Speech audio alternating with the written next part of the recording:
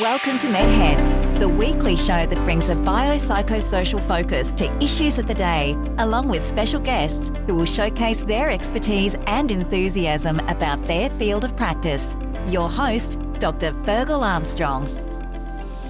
Hello everyone, my name's Dr. Fergal Armstrong and welcome to this episode of MedHeads. And today we have Dr. Andrew Rees with us. Hello Andrew, how are you? Hello, I'm very well, thank you Fergal. How are you going? I'm good.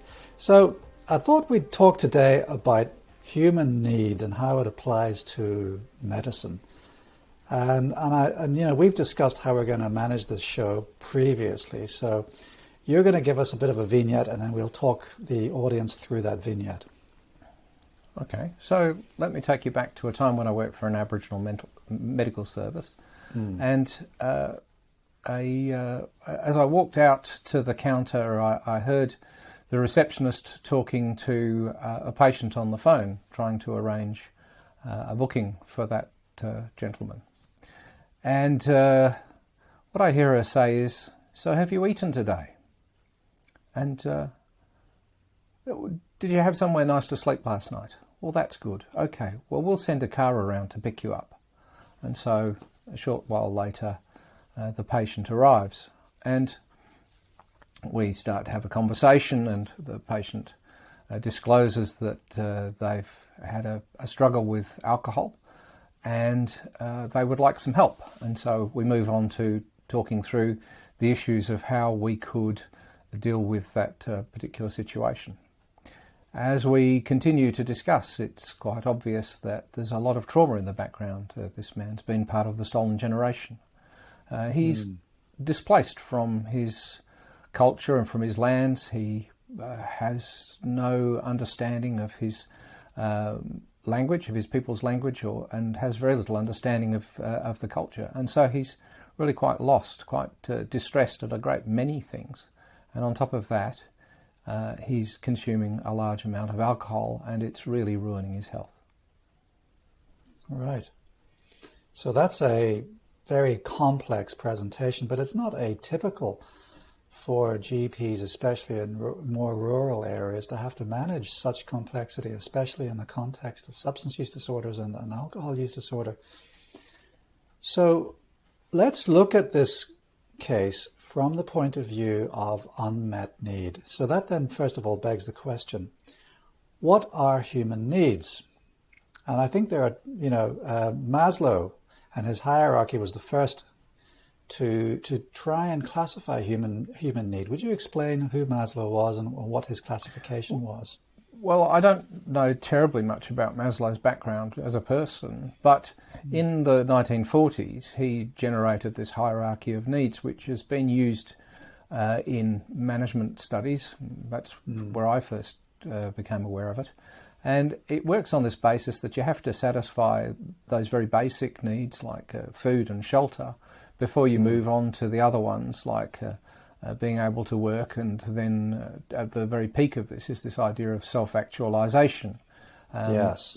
So yeah. That's was his understanding, and I think it was a pretty good model to start with. Then Max-Neef, that's the surname of the gentleman, came up with a set of initially 9 basic human needs, and since then a 10th one has been added. Right. So, I mean, when we think about Maslow and his peak of human need is self-actualization, I've often wondered, what does that actually mean? Would you have any ideas?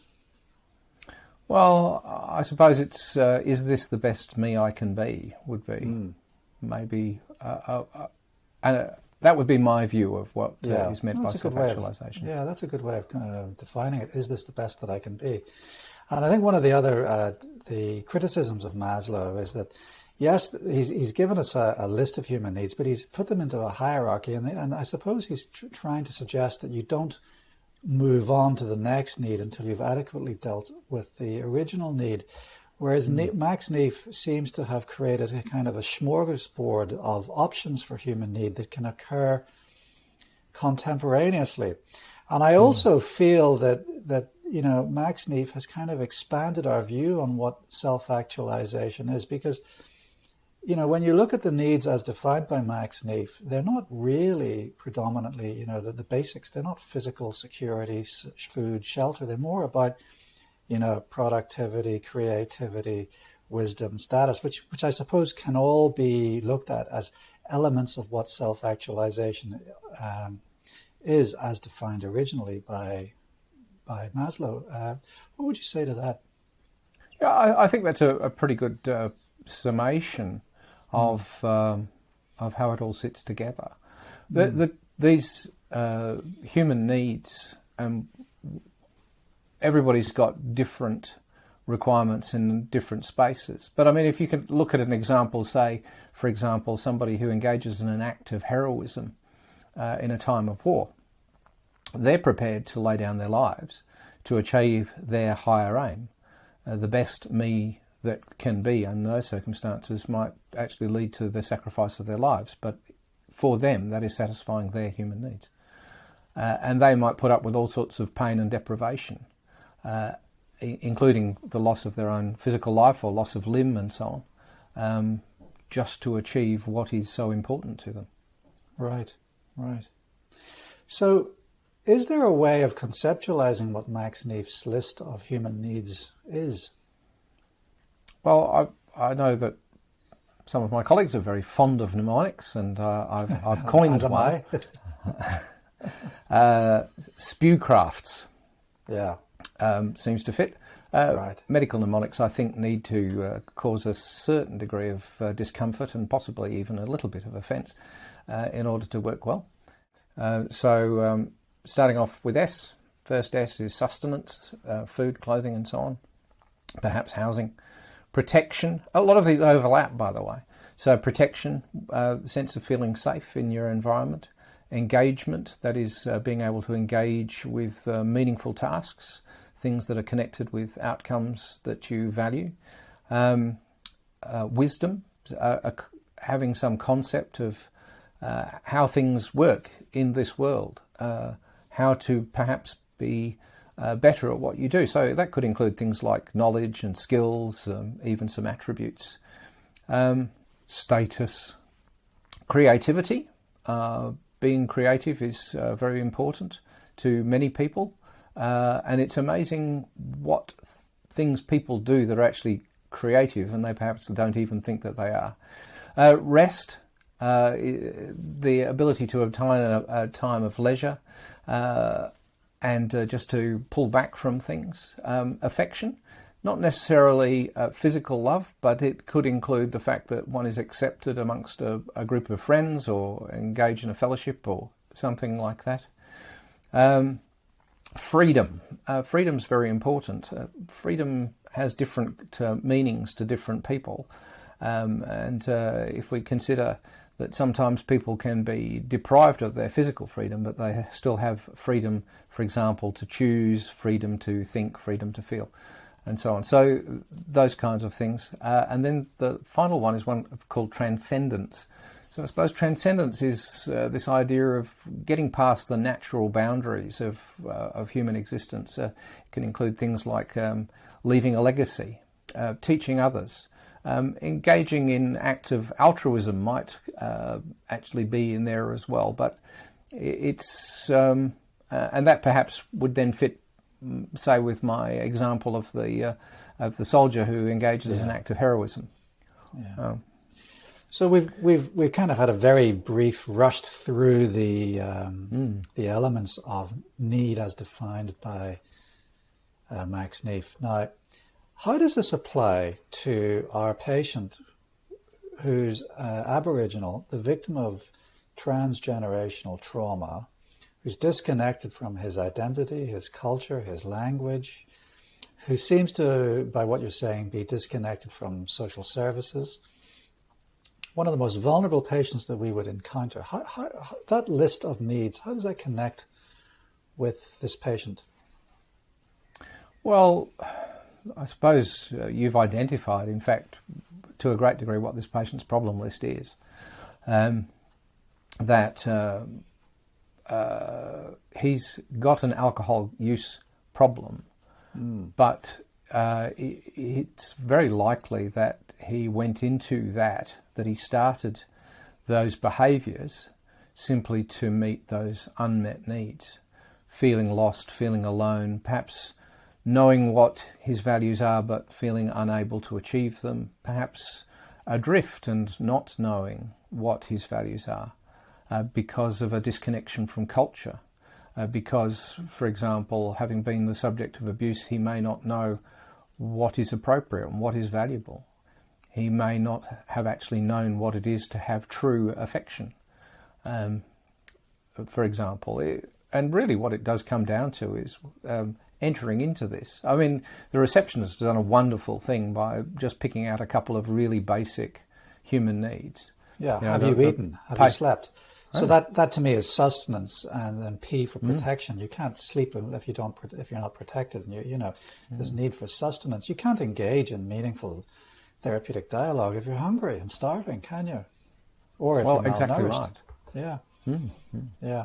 And the patient needs to not be sitting there whilst we're talking, thinking, well, where am I going to sleep tonight? And last night I got rolled, and they've taken all of my gear, and now I've got to go out and find money and food and those sorts of things. Yeah.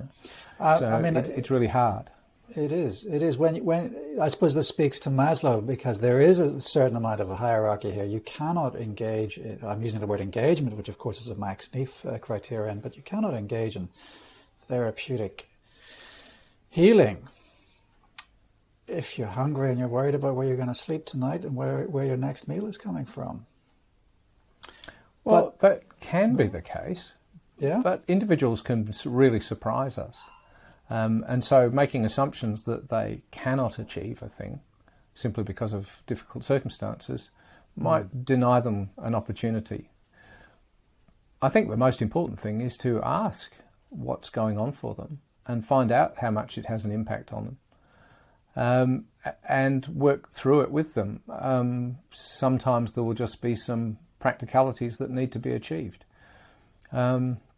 Sometimes it's just a matter of, it may well be that this patient says, "Oh, no, it's okay. I'm eating okay, and I've got a safe place to sleep," and so on. But then we look at other issues, and it's up to the patient to help in that sense. Well, maybe that's a bit unfair to put it that way. If I don't ask, then the patient can't help me to understand. I'm not an expert in how they ought to live their lives.